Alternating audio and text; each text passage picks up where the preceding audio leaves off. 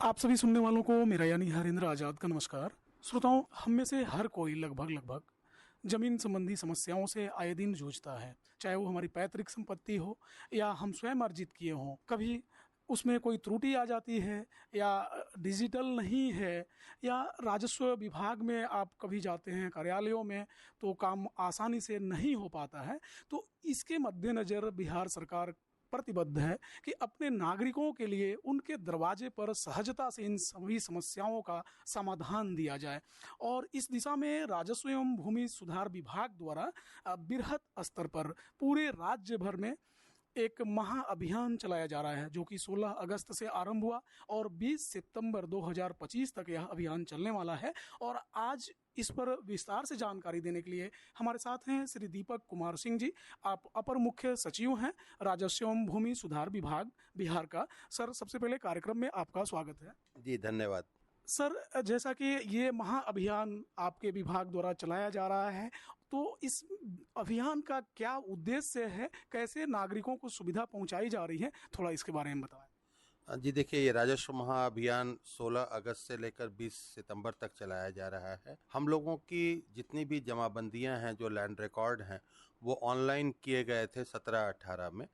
तो हम लोगों ने पाया कि 2-3 तरह की समस्याएं बहुत ज़्यादा हो रही हैं। पहली तो ये कि जो ऑनलाइन जमाबंदी की गई उसमें कुछ एंट्री गलत हो गए, या चूँकि ऑफलाइन जमाबंदी पंजी में वो थे ही नहीं वो जानकारियाँ, इसलिए वो ऑनलाइन में भी नहीं आ पाई।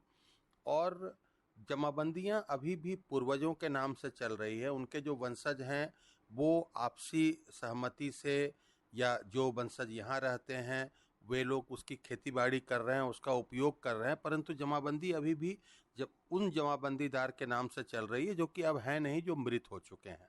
तो उस रिकॉर्ड को अपडेट करने के लिए, जो जिसमें त्रुटियां रह गई है उसे सुधार करने के लिए, और वैसी कोई जमाबंदी जो छूट गई है, जो ऑनलाइन नहीं हुई है, उन्हें ऑनलाइन करने के लिए, और जहां पर जो वर्तमान वंशज हैं उनमें आपसी सहमति है तो उनमें आपसी बंटवारा करके सबकी अलग अलग जमाबंदी करने के लिए, ये 4 मुख्य उद्देश्य से ये महाअभियान शुरू किया गया है। अब ये सारी कार्रवाई हमारी सामान्य प्रक्रिया में भी कोई भी व्यक्ति ऑनलाइन अप्लाई करके अपना त्रुटि सुधार के लिए परिमार्जन के माध्यम से, और उत्तराधिकार के लिए उत्तराधिकार दाखिल खारिज या बंटवारा नामांतरण के माध्यम से कर सकता है। परंतु बहुत सारे ग्रामीण लोग अभी भी, उन्हें ये लगता है कि चूंकि ऑनलाइन व्यवस्था है, हम कहाँ से जाके ऑनलाइन अप्लाई करें। उनकी सुविधा के लिए हम लोगों ने एक अभियान के तौर पर चलाया है इसे, जिसमें हम उनकी वर्तमान में जो जमाबंदी है, जो उपलब्ध है हमारे पास ऑनलाइन, उसकी प्रति हम उन्हें बांट रहे हैं, उनके घर जाकर, उनके गांव जाकर।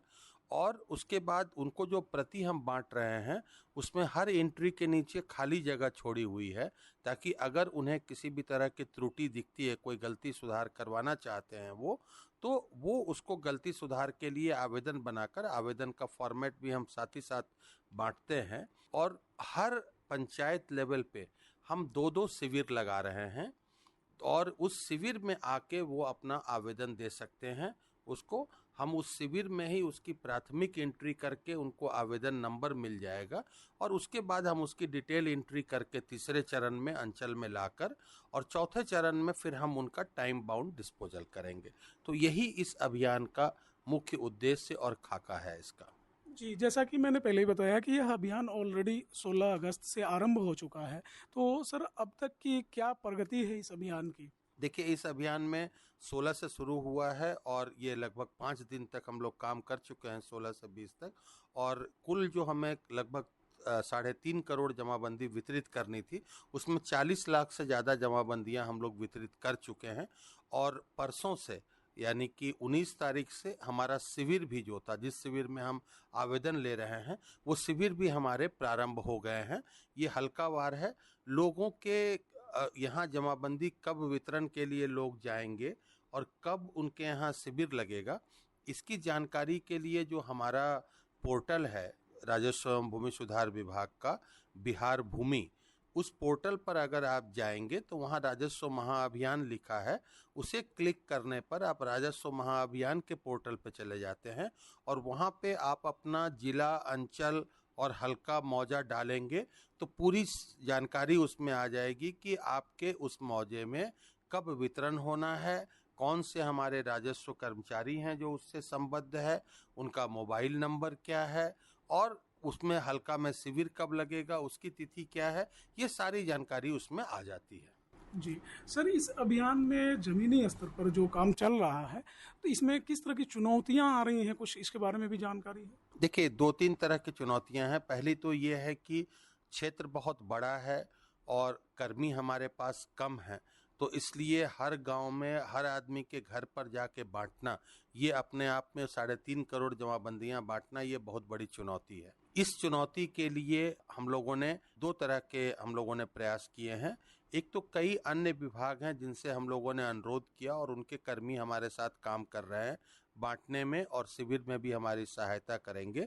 जैसे अनुसूचित जाति कल्याण विभाग के विकास मित्र, जो ग्रामीण विकास विभाग के मनरेगा कर्मी हैं, आवास सहायक हैं, पंचायती राज विभाग के जो डाटा एंट्री ऑपरेटर, जो कार्यपालक सहायक पंचायत कार्यालय में काम करते हैं, और इसके अलावा पंचायत सचिव और कचहरी सचिव जो होते हैं, और इसके अलावा नगर क्षेत्र में हम लोगों ने नगर विकास विभाग से अनुरोध किया है और नगर विकास विभाग के कर्मी हमारे शहरी क्षेत्र में वितरण में हेल्प करेंगे।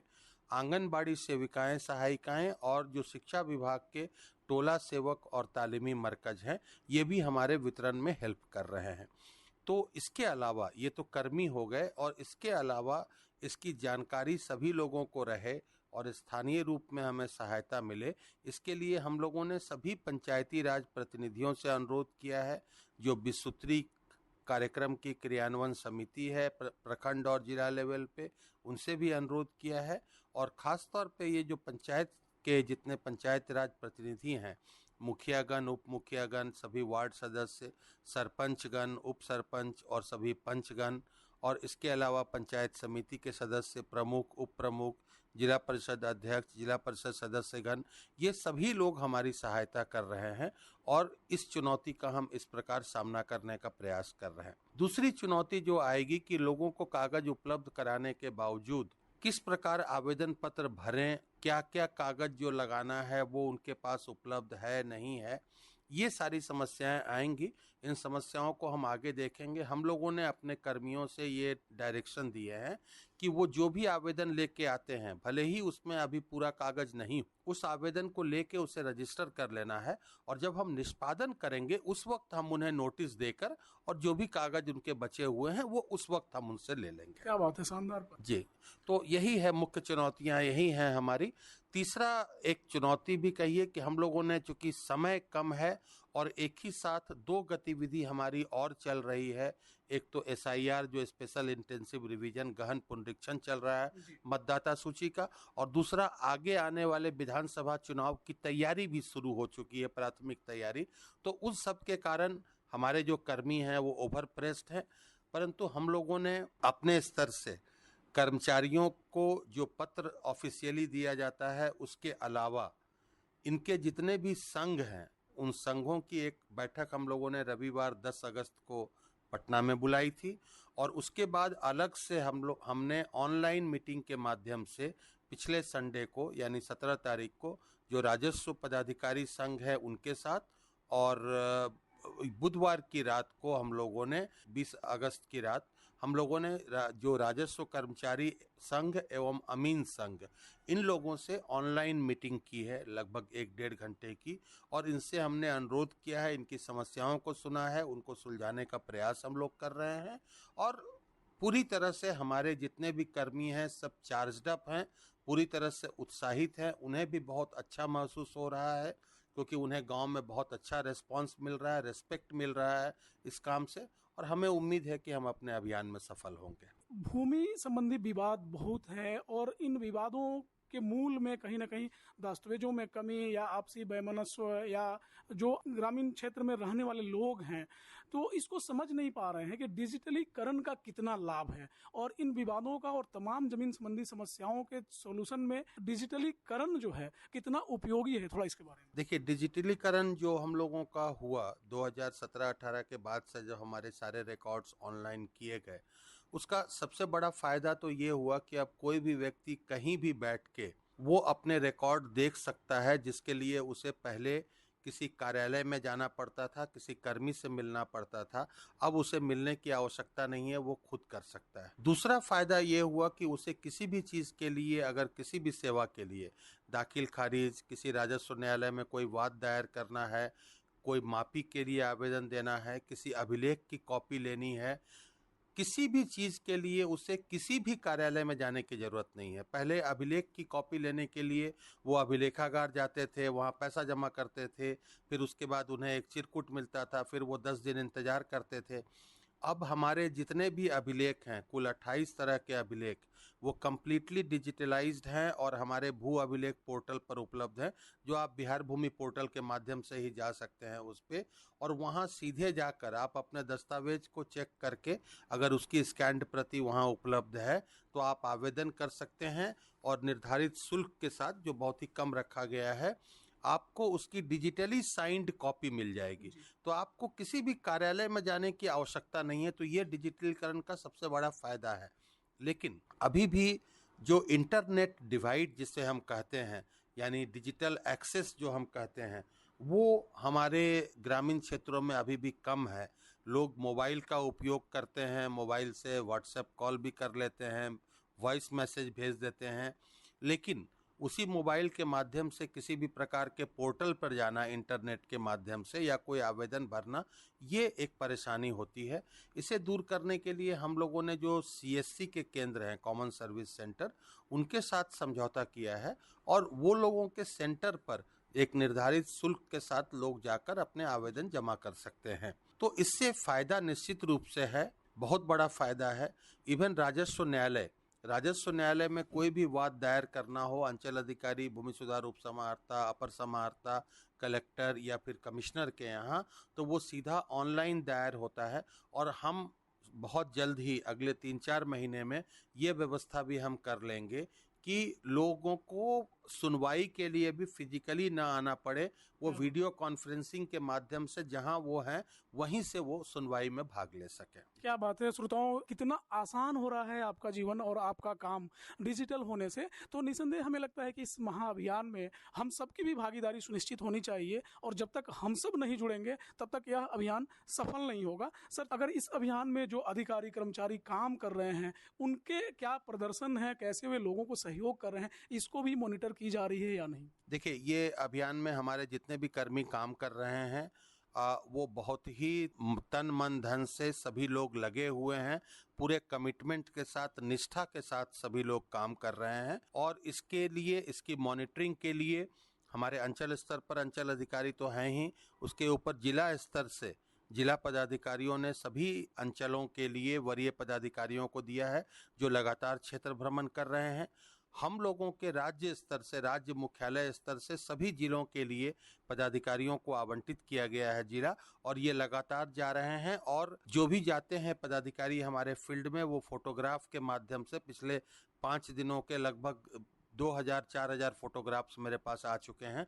हर जगह जो जाते हैं वो वहाँ से फोटोग्राफ्स भेजते हैं।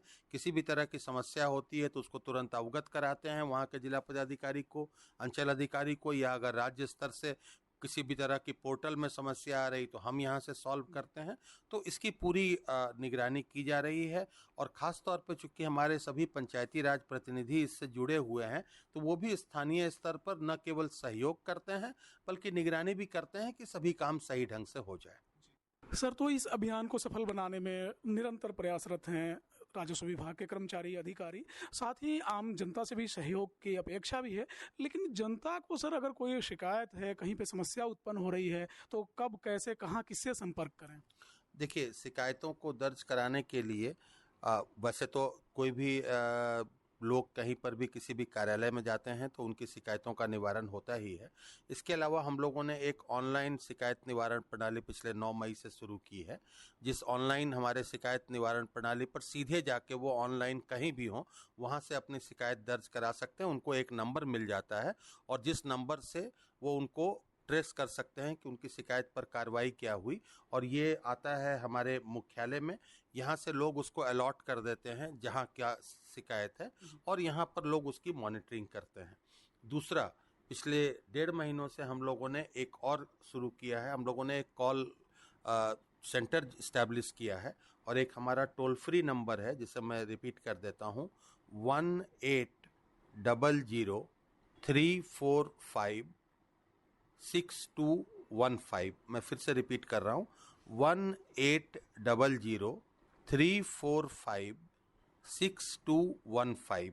इस नंबर पे ये कॉल सेंटर हमारा प्रातः 9:30 बजे से लेकर 6 बजे तक कार्यरत रहता है और किसी को भी कोई शिकायत करनी हो तो वो इस कॉल सेंटर के नंबर पे कॉल करेंगे। ये दोनों तरह के लिए है, अगर उन्हें कोई जानकारी प्राप्त करनी है तो भी वो कर सकते हैं और अगर उन्हें कोई शिकायत करनी है तो भी वो कर सकते हैं। फिर इस कॉल सेंटर के हमारे जो एग्जीक्यूटिव है वो उसी जो हमारा ऑनलाइन पोर्टल है उस पर उनकी शिकायत दर्ज कर देते हैं और जो नंबर मिलता है वो नंबर उस कॉलर को बता देते हैं ताकि वो बाद में उसे ट्रेस कर सके। क्या बात है। उम्मीद है हमारे श्रोता इस नंबर को जरूर नोट कर लिए होंगे। एक ही नंबर पर आपके दोनों समाधान हैं और ये नंबर जैसा कि सर ने बताया 1800-345-6215 और यह काफी कारगर नंबर है जहां आप जानकारी भी हासिल कर सकते हैं और साथ ही साथ अपनी शिकायत भी दर्ज कर सकते हैं। सर एक सवाल और है जेहन में, कुछ लोग ऐसे हैं जिनके जमीन संबंधी जो कागजात हैं उनके कई पीढ़ी पीछे से है, जिनकी जमाबंदी चल रही है, परंतु उनके वंशजों में आपसी बंटवारा हो गया है कोर्ट के माध्यम से या आपस में जैसे भी कर लिए हों, लेकिन उनका नामांतरण अभी तक नहीं हुआ है। तो क्या वे इस अभियान में, अगर उनमें से कोई, जैसे मान लीजिए उनके संतान कई हैं और कोई एक व्यक्ति वंशावली लगाकर अपने हिस्से के लिए आवेदन करता है, तो बाकी जो अन्य हैं स्वतः उनका भी हो जाएगा या सबको अलग अलग आवेदन करना होगा? देखिए, वर्तमान समय तक जो व्यवस्था है अभी तक उसमें यह है कि जो व्यक्ति आवेदन करता है अपने वंशावली लगाकर और अपना जो बंटवारा का शेड्यूल है जिस पर सबकी सहमति है या कोर्ट के ऑर्डर से हुआ है या पार्टीशन डीड से हुआ है, रजिस्टर्ड पार्टीशन डीड से, तो उसके आधार पर जो व्यक्ति आवेदन करता है केवल उसकी जमाबंदी अलग क्रिएट होती है। परंतु हम ये प्रयासरत हैं और हो सकता है इस महाअभियान चलने के दौरान ही हम पोर्टल में ऐसी व्यवस्था कर देंगे कि अगर सबकी सहमति है और कोई एक व्यक्ति भी आवेदन देता है तो जितने भी हिस्सेदार हैं सबकी अलग अलग जमाबंदी कायम हो जाए और सबको अलग अलग आवेदन करने की आवश्यकता न पड़े। जी, निसंदेह इससे काम का बोझ भी कम होगा और आवेदन की संख्या भी घटेगी और कर्मी के लिए काम आसान भी हो जाएगा। सर, चलते चलते आम जनता से इस अभियान को सफल बनाने के लिए क्या अपील करेंगे? देखिए, मैं ये सबसे चाहूँगा कि ये सभी लोग सक्रिय होकर और इस अभियान का लाभ उठाएं। अपने जो कर्मी आपके यहाँ जा रहे हैं उनसे अपनी जमाबंदी की प्रति लेकर और कोई भी अशुद्धि हो, बंटवारा करना हो, उत्तराधिकारी का नाम दर्ज कराना हो, उसके लिए प्रपत्र हैं, वहाँ पर निश्चित रूप से अपना प्रपत्र भर कर दे दें। वहाँ पर आपकी प्रारंभिक एंट्री करके आपको आवेदन नंबर दे दिया जाएगा और उसके बाद आपके आवेदन की डिटेल एंट्री अंचल स्तर पे होगी और फिर उसका समयबद्ध निष्पादन किया जाएगा जिसमें 3, 4, 5 महीने लग सकते हैं। आपको धैर्य बना के रखना होगा, परंतु हम चाहेंगे कि हम आपके द्वार पर आके आपकी समस्या को समझने का प्रयास कर रहे हैं और उसको यथासंभव हम लोग समय सीमा के अंदर दूर करेंगे। दूसरा, मेरा अनुरोध सभी से ये होगा कि बहुत सारे लोगों को ये लगता है कि जमीन संबंधी कागज है, ये बड़ा कठिन होता है, मेरी समझ में नहीं आएगा, इसीलिए वो कहीं ना कहीं किसी दूसरे व्यक्ति की सहायता लेते हैं और अगर वो दूसरा व्यक्ति किसी बिचौलिया किस्म का व्यक्ति है तो वो इसी बहाने उन लोगों से अवैध वसूली कर लेते हैं। तो मेरा अनुरोध होगा कि इस तरह की किसी भी चीज़ के लिए किसी इस तरह के बिचौलियों से संपर्क नहीं करें। जो ऑथेंटिक लोग हैं, हमारे कर्मी हों, आपके पंचायत के प्रतिनिधि हैं, उनसे या फिर जो कॉमन सर्विस सेंटर के लोग चलाते हैं VLEs, उनसे संपर्क करें, वो आपको सही सलाह देंगे या फिर हमारे टोल फ्री नंबर पर कॉल करके आप सलाह ले सकते हैं। क्या बात है, बहुत बहुत धन्यवाद सर। आज आपने बहुमूल्य समय दिया, राजस्व महाअभियान के बारे में, राजस्व एवं भूमि सुधार विभाग के तमाम गतिविधियों के बारे में विस्तार से सही सटीक जानकारी दी। आपको बहुत बहुत धन्यवाद। जी, बहुत धन्यवाद।